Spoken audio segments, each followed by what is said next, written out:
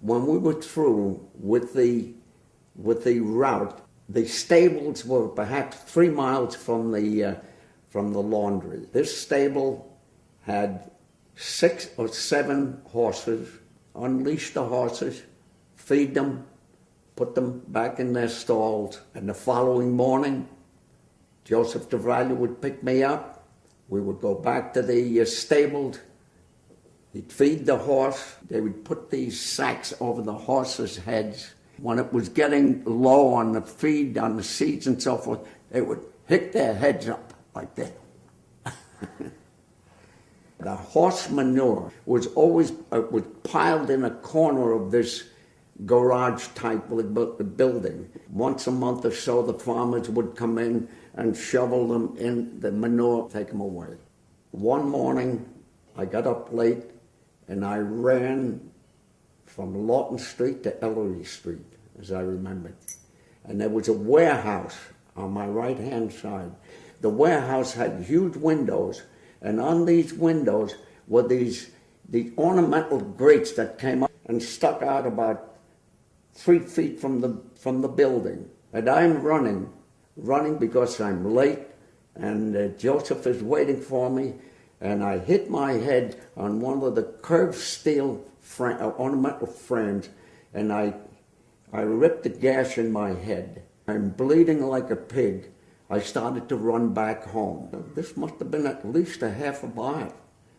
And I come to the drugstore, just bleeding, and it's soaked with whatever I had, and I ran into the drugstore, and in the drugstore, the pharmacist had a police dog. When I ran in, the dog jumped on me. The pharmacist comes out, well, I guess he was human enough, and he sutured me, and he sent me home. I was 10 or 12 years old. My mother, of course, like all mothers, was wonderful, intelligent. She knew how to survive. My father was devastated because that was his trade, and that's all he knew how to do. And therefore, that's where the conflict came in. My father didn't know what to do. My mother was very enterprising. She read the papers. In those days, they were reading Il Progresso. Generoso Pope was the editor. This is in the Depression. She sees an article. Women wanted to knit Angora hats. So my mother answered the ad, New York City. She went to New York City by herself. This is in the garment district. She came home with a bag full of skein Angora wool of different colors. And my mother she was an expert at the knitting. She learned that in Italy as a child, and she knitted these hats, bring them back to New York City and get paid. And that was a support for our family during the Depression. She was so enterprising. Remember now that the immigration of the 1900s brought in these Italian families. There was a group from my father's paesani that all migrated to Brooklyn, and the Italian ladies were friendly with each other. And my mother got the idea.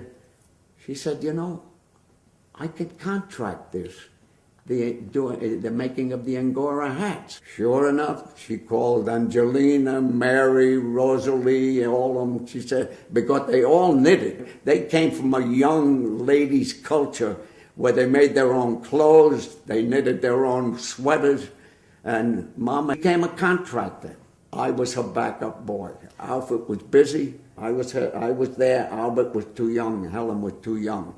And I would run back and forth from New York or hitting each one of these contracted ladies and pick up the finished product, and Mom would keep the record and pay them so much a dozen. I remember one day there was something like $900 that the manufacturers wrote a check out for my mother, and it was just so incredible.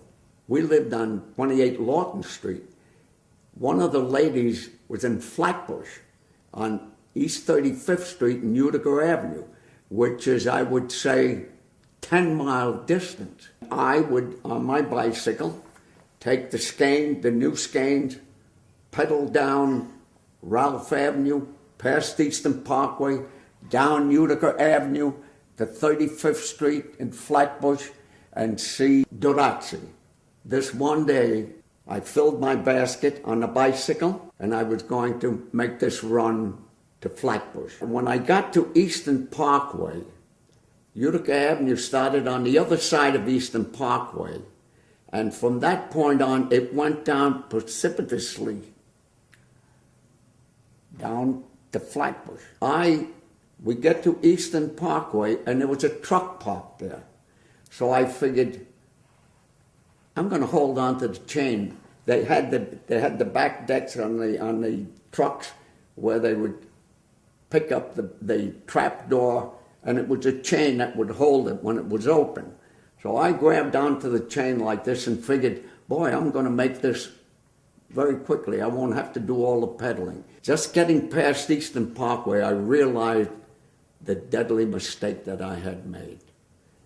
This truck built up speed, of course, and he starts down this hill, and I'm holding on this thing for life. The bicycle that I had a rain shield on it, okay, like a runner, but it didn't have the screw that held the bracket on it, and it was wobbling back and forth. Must have been going 40 miles an hour. Well, I hit a bump. I had to let loose. My bicycle went from out me. I got banged up. I rolled and hit my head, and the bicycle was destroyed.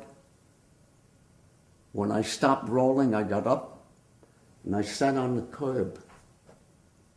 I didn't die. I wasn't knocked out.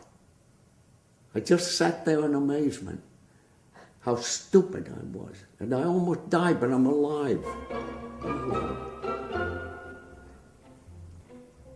1930, I graduated elementary school, the 8th grade. That is my, that's my diploma in life. The rest is a school of hard knocks. I was a bad student. I was probably the first of the dropouts. I wasn't a bad kid. I played a lot of hooky. There was Howard Mallory, Joseph DiNapoli, myself, and we would play in hooky. How we weren't killed in accidents in that day is just unbelievable. We would walk down to Evergreen Avenue, which was Commercial Street, where trucks, Evergreen Avenue would wind up at Highland Park, behind Bushwick, past Mayor Highland's house, up Snake Hill to the reservoir. And Highland Park was my downfall. We'd go to Evergreen Avenue, and the trucks would stop at DeKalb Avenue because the trolley car would be passing. We'd hang on the back of the trucks and just hang on those trucks until they got to Highland Park, which was probably 2 miles. We'd jump off the truck, go up to Highland Park, run around the reservoir there. We would take the yokes from tree branches, and we put rubber bands on them with a little leather strap on it, and we would put the pebbles in them. We'd shoot. And this one day, there was a little bird on a branch, and I hit it, and the bird fell down. And my friends, they said, "Oh, you hit a chippy! You hit a chippy!" And they started to call me Chippy Shooter. I'm known as Chippy today. Now this is 80 years later. How did that happen? How did that come about? During this period, at home, the corner of Lawton Street was a drugstore, and the drugstore had trap doors leading down to the basement where pharmacist's helper would go down and bring up his wares and so forth. We would be playing there, and one of his young sons were down in the basement getting something, And we were teasing him and teasing him. He picked up a piece of coal and he threw it and hit me in the eye, and he scratched my pupil. It's bleeding. I run home screaming, Mom, I'm blind, I'm blind. Oh boy. She took me to Bethel Hospital on Stuyvesant Avenue, right at the end of Broadway in Brooklyn. They sutured my eye. It was a couple of months before my eye cleared, the scratch healed, and they fitted me with eyeglasses. And I wore eyeglasses at that time. This was, at this period in time, with 12, 13, 14 years old. During this period of prosperity and depression, my father bought the three-story house in 1919, and they were the good years. And he purchased the Chevrolet car, and we would go to the parks on Saturday in Rockaway and Staten Island. It was beautiful, wonderful years. Pop was working, Mom and Dad were happy. My mother had 5 brothers: John, Joseph, William, Victor, and Emilio, and she was the only girl. William came to the United States prior to the First World War and was inducted in the American Army. He served, the war was over, and when he was let out, he was an intelligent gentleman. He was released, let out as a captain, gave him the grade of a captain. So Uncle Willie, he went to Oakland, California. He got into the postal system. Those years when the market was going up and up, Guglielmo Giannini started the Bank of America. My Uncle William was sending letters to my mother that he had put money in the stock market in the Bank of America. So my mother and father, who had a nice little bank account at that time, they had invested all their savings, which was, I think, something like $5,000 in Bank of America. It was going great. Uncle Willie, he would go down to the stock market in California. He would call or send a letter to my people, put more money into it, put more money into it. They had invested their $5,000. They informed Uncle Willie, we don't have any more money. And he said, you can go to the Morris Plan. They loan money. Pop went to the Morris Plan, borrowed $2,000. Of course, they had to pay interest on that money loan, and he put that money in the stock market. Now they had $7,000 invested. And the market is going up. I don't know, maybe they had now $20,000. They find out that people are giving second mortgages. So my father went to an individual who was giving second mortgages. It was on Bedford Avenue in Brooklyn. We used to go down there and give him the interest payment, and he borrowed another $2,000. So now he had his $5,000 saving, $2,000 from the Morris Plan and $2,000 from the second mortgage. Then the market crashed.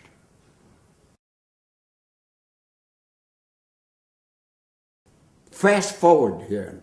On July 27th, my granddaughter Kelly, that's Jeannie's daughter, who is 27, 28 years old, she worked for Madison Square Garden, said to me, Grandpa, why don't you tell me when you were young and so forth? I sat her down, and I've written it in my memoirs. I said, you know, Kelly, I said, the same thing is happening now, a repetition of what took place in 1927, 28, and 29, and 30, when my people bought a house. Fine. They were making money, putting money in the bank. They were getting rich on investment. They went out and they took a loan from Morris Plan and invested that, as I stated, and then took a second mortgage. I said, you know what? The identical same thing is going on today. Then the bubble broke. I predicted this. I saw what was taking place. a repetition of what took place and ruined the life of my parents for years. Was I a prophet? No, but I lived long enough to see what happens and how people and how things repeat themselves. These things have an effect on the children in the family. My sister Helen graduated from Franklin K. Lane, that beautiful high school on the border of Queens and Brooklyn. Helen, smart girl. She was advised to become a nurse. She went to Flower Fifth Avenue Hospital.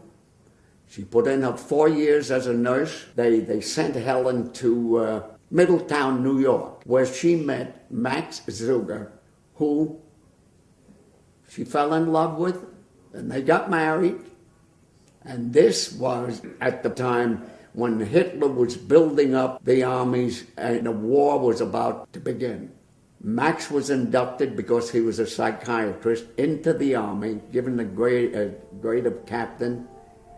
My sister and Max went to Denver, Colorado, and got married.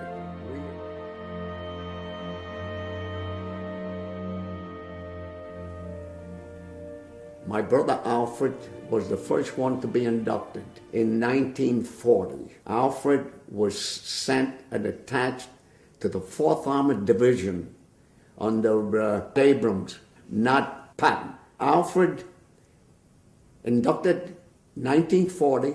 They sent him to the deserts in California and Nevada. He became a radio technician and spent about 2 to 3 years in the tank division here in the States.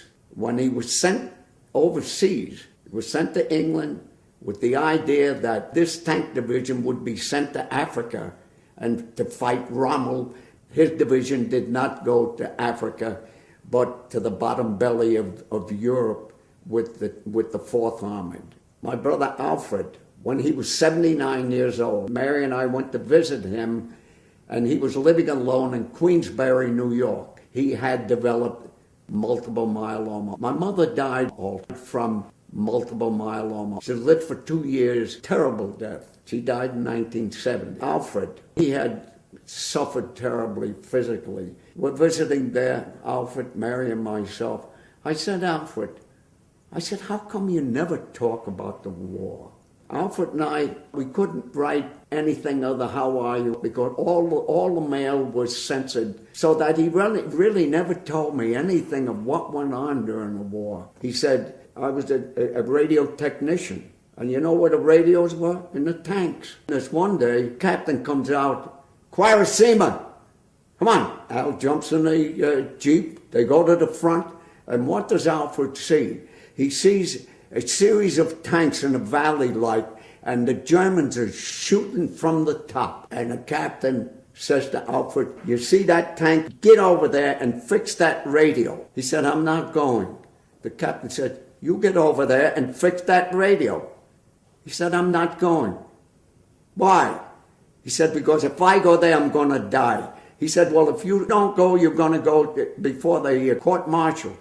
So Alfred said, it doesn't make any difference. If I go there, I die. If I go before the court-martial, I'll die. I'd rather go through the court case. The next story Alfred told me, he said, we had trekked all day and night chasing the Germans.